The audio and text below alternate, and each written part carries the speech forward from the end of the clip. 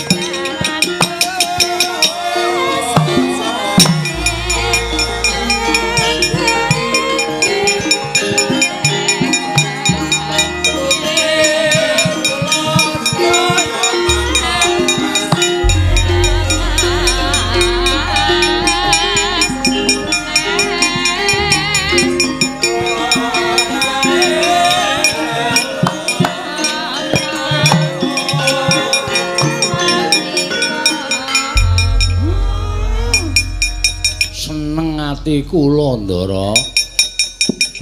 Kula wis weruh kahanan sampeyan. Mboten benten kalian panggraitaning ati kula bungkus 15 taun. Lah kok elok timen bareng jedul wujuding jejaka.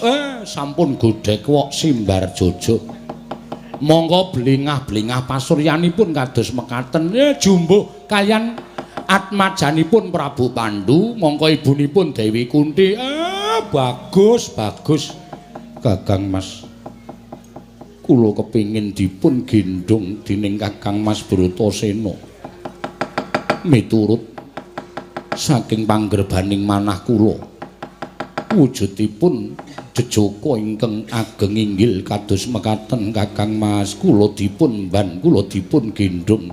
Wah, Permadi, aku ngaturke panuwun dene kowe tansah nunggu kahananku ana ing jroning alas. Mula ora usah kuwatir. Balimu marang negara Ngastina tuduhna dalane aku kang bakal gendhong karo kowe. Nuning nggih ngestaken dawuh. Bombong raos sing manah kula, pangraos kula kados dipun lela-lela. Tuwin nampi sih tresnanipun kadang reda tumraping kadang taruna Kakang Mas.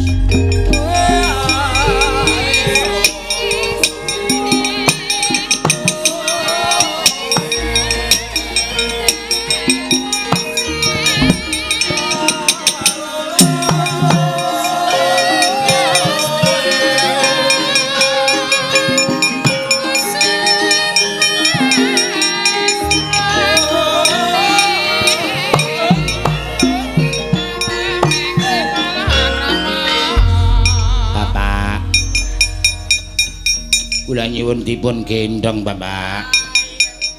Wangsul wonten ing negari Ngastina, kula nyuwun dipun gendhong Bapak.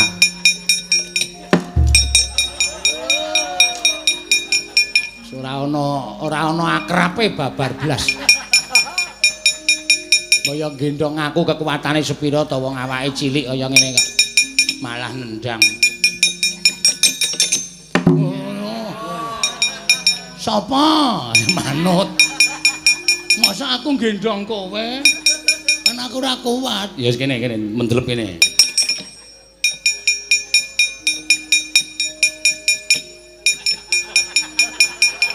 Kok diplotrokke ta, Duk? Salahe kok nresep-nresep. Piye, gendhong apa piye? Gendhong truk kesel aku. Ya yo.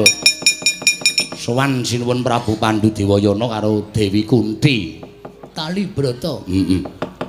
Mesti para putrane sing kaya ngono mau. Wah, bombonge tanpa pepindhan. Wah, saya nganakke pesta Ndrawina, makan gratis, minum gratis. Ha ya. Wis suwe nang tengah ngalas, kowe karo aku nunggu Ndara Bratasena yo. Saiki sowan ning negara Ngastina. Yo. Langsung gara-gara apa? Aja. Mengko. Engko bahanku ilang lho terus semen. Nemu ngenggon wae ya. Wah, wis. Aku arep ngetokke desa sing saka Pelawak. Desa sing saka Pelawak iki Sardana Kasina Enda. Mbuh ra caturan ora. Tunggu, Truk. Toro jagat iladala. Kaya lumaku ing wanci peteng kepapak obor sastra biar padhang trawangan. Penggaliku bareng aku nyumurupi marang suwane putuku Bratasena kelawan putuku si Permadi paran Padharjo nggir Bratasena. Handuk berkah pamujine Matswapati kakekku. Sowanku niring Sambikala, aku ngaturake basaku katura. Ndak tampa gawe gedhening atiku ora liwat pangestuning wong tuwa tampan ana. Ndak gegem dadiake jimat. Permadi, putuku nggir cah bagus Padharjo sak praptanira. Tansah pinaringaning kawidadan niring Sambikala Kanjeng Eyang. Kula ngaturaken sembah pangabekti kula kunjuk. Ndak tampa gawe gedhening atiku ora liwat pangestuning pun Eyang tampan ana. Kula pundhingga jimat paripin dayan ana ing kasantosan. Kakang Semar Padharjo wilujeng sinuwun niring Sambikala kula ngaturaken sembah bekti kula kunjuk sinuwun. Ya Kakang Semar ndak tampa ora liwat prayoga nunggonmu ngadhep ana ing ngarsaning ingsun. Sampun boten kirang prayogi. Anggen kula ngabiyantura ngersa paduka Gusti kula ingkang sinuwun ing Wirata. Bratasena. Majapati kakekku apa? Permadi, kula wonten timbalaning ngadawu. Apa ta sababe?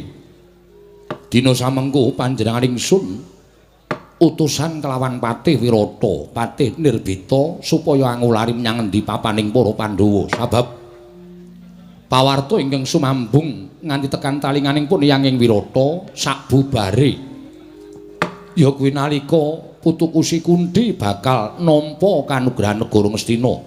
Banjur karemake ana ing kutha Pramanakati ana ing bali Sigala-gala. Nalika semana kabar ingkang sumebar warata saindenging jagat lamun Pandhawa sirna jroning kutha Pramanakati ana ing bali Gala-gala. Bebasan pepes bayu kang tapis kaya iso ora ana pangarep-arep. Tumuli aku utusan kelawan Patih Nirbita angulari menyang endi dununging para Pandhawa. Dene bejane sira putu-putu Kalising Sambikala lan apa ta sababe dene sira ingsun timbali ana ing negara Wirata. Ger jumbo kelawan putuku Pandhawa kuwi apan dadi putraning Prabu Pandhu sing jeneng Singa singaning Nalendra kuwi ora ana lho kejaba mung Prabu Pandhu Dewayana ingkang wis mapan ana ing kasuwargan jati. Ya wawatakane ya anggone minangka dado pangayomaning para kawula sak negara Ngastina bebasan jagat iki tanpa tanding. Mula wewatakaning bapakmu mau muga tumurun marang putu-putuku Pandhawa kabeh. Sira ngerti? Lamun dina samengko negara Ngastina wis ana calon Nalendra ing bakal gumanti kepraboning Si Destarata. Ya sabab saka praduling Patih Suman ingkang ngandhakake yen to para Pandhawa wis tekaning pati. Wekasan Destarata misuda kelawan atmajaning pambayun ya kuwi Si Kurupati minangka dadi Prabu Anom ingkang besuke bakal nglintir keprabone Si Destarata. Mula tak jaluk para Pandhawa aja nganti padha mesgul atine. Aku ora kepengin nyumurupi marang turasing Begawan Wiyasa ing Saptawarga padha regejegan mung rebut kamukten negara Ngastina. Mula sing jeneng wong tuwa kaya wong atuwamu ing Wirata duwe pengangkah kepiye carane supaya putu-putuku ada padha regejegan merga mung rebut negara Ngastina. Sira ingsun timbali sayekti bakal sun paringi kanugrahan, sun paringi bebungah. Ora usah dadak ngucik keprabone Ngastina. Nanging tumrap wong tuwa kaya eyangmu ing Wirata iki, marem-mareme kuwi yen to mukti ngawibawa Nyakrawati mbau denda nanging sarana bebodra dhewe. Aja kowe ngarep-arep marang tinggalaning wong tuwa. Ya. Mula ngerti ya Bratasena. Wewengkon Wirata kene eneng bumi ingkang isih wujud alas gung liwang-liwung. Mongko gawat keliwat wingit kepati satu mara satu mati jalma mara keplayu. Bumi mau bakal ingsun paringake kelawan putu-putuku Pandhawa. Kinarya liru, kinarya ijoling negara Ngastina, wana marta kuwi mau babatana. Sawise sira babati, nggonen mukti kelawan kadang-kadangmu kabeh. Aja nganti sira ngucik marang keprabone Ngastina ingkang tan wurunga mung bakal dadi ajanging pasulayan. Kaya ngapa bombonge wong tuwa yen to muruh kananing putu-putuku padha tentrem, ayem, urip, matsinamadan, Pandhawa mukti, Kurawane ya mukti. Kanthi cara mengkono, jagat iki ora bakal kobar marang angkara murka, Bratasena.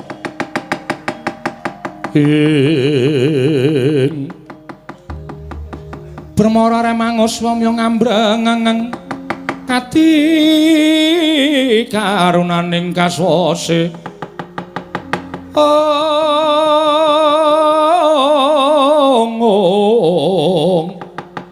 Longlong lalu mangulati surya mangrang sang waya.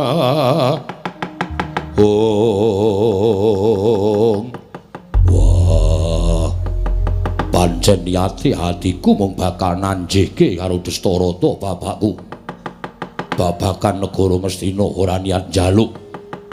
nanging mung kepengin ngelingake yen to biyen tau tati nampa welinge Pandhu bapakku ewadene kaya mengkono ngendikane Matswapati kakekku. Mula niatku karo Permadi tak wurungake yen to pancen Matswapati kakekku ora kepengin dumadining Pancabakah antaraning Pandhawa lan Kurawa. Matswapati kakekku ngiklasake wewengkon Wirata kang sinebut Wanamarta dadi kukupaning Pandhawa. Bratasena ora bakal wegah mung nampa kang dadi dawuhe Matswapati kakekku ing Wirata. Semanten ugi kula Kanjeng Eyang menapa ing sampun paduka dawuhaken badhe kula candhi nggo jimat kosek aja kesusu. Kowe tak jarwani ya Bratasena. Nadyan wis watara suwe nggonku dadi ratu ning negara Wirata wis puluhan taun. Nanging Blakasuta blakutang terus terang. Peranganing kutha Goro Karang Pradesan munggah ning Parden wis nate ingsun tekani. Nanging mung siji ingkang durung nate ingsun prapta ana ing papan kono ya kuwi sinebut Wanamarta. Ya wana ing kemrentani alas ingkang gawat kliwat wingit kepati. Sabab ujaring porake padha ngandhake aja komung jamak limrahing menungsa lumrah nadyan dewa wae ora ana ingkang wani mudhun ning Wanamarta. Mula yen to sira wis nampa peparinge yangmu ing Wirata, Bratasena alas kuwi babatana, resikana. Monggo yen wis kelakon sira babati, sira bebadra wujud negara kinarya mukti putu-putuku para Pandhawa. Yen pancen kaya ngono prastawa dawuh timbalane Matswapati kakekku. Aku nyuwun pamit dina iki uga aku bakal babat Wanamarta. Sira nyuwun apa Bratasena? Apa sira nyuwun wadyabala? Ora, aku ora butuh wadyabala. Kancaku ya mung Permadi. Merga sing bakal mukti ngawibawana ing Wanamarta aku sak sedulur. Yen to aku ngajak wadyabala Wirata tan wurunga mengku yen wis paripurna nggone babat. Padha klesak-klesik padha ngrasani karo Bratasena. Pandhawa isa mukti nang Wanamarta merga saka pambiyantu ning wadyabala Wirata aku wegah. Isa ya saka aku, ora ya saka Bratasena. Apa kowe njaluk sangu Raja Brana Mas Picis? Gunane dienggo apa? Aku arep bakal mangkat babat ora ropian-ropian, ora seneng-seneng. Mula ora ana gunane yakin aku sangu Raja Brana wujuding Brana Picis paringe Matswapati kakekku. Malah wiwit aku babat ing kono aku bakal nglakoni prihatin yen perlu ora mangan ora turu. Durung rampung nggonku nglakoni prihatin, durung rampung nggonku babat Wanamarta. Wiladal jagat Dewa Bathara ya jagat Pangestungkara. Wah, pengawak waja. Saiki kowe tak tanting kowe nyuwun apa? Yen Raja Brana ora nyuwun, wadyabala ora ngeparengake, sira putuku Bratasena njaluk apa? Tak jaluk Matswapati kakekku. Wiwit dina iki aja nganti kowe nglakoni dahar sarta sari. Cegah dahar kelawan Indra supaya nyembuh kekuatan lahir batinku nggonku babat Wanamarta. Aja pati-pati kowe nglakoni dahar sarta sari yen durung krungu kabar Pandhawa kelakon babat Wanamarta. Wiladal. Bratasena, Matswapati kakekku piye? Bojo sesanti Niskala. Pandungaku muga-muga lancar laku jantramu nggone babat Wanamarta. Ora nemu alangan sewiji apa Kakang Semaraku titip Werkudara Bratasena lan sak kadang-kadangane ngene babat Wanamarta. Nggih, kula nyuwun pamit sinuwun. Kanjeng Eyang kula nyuwun pamit sing ati-ati nggih.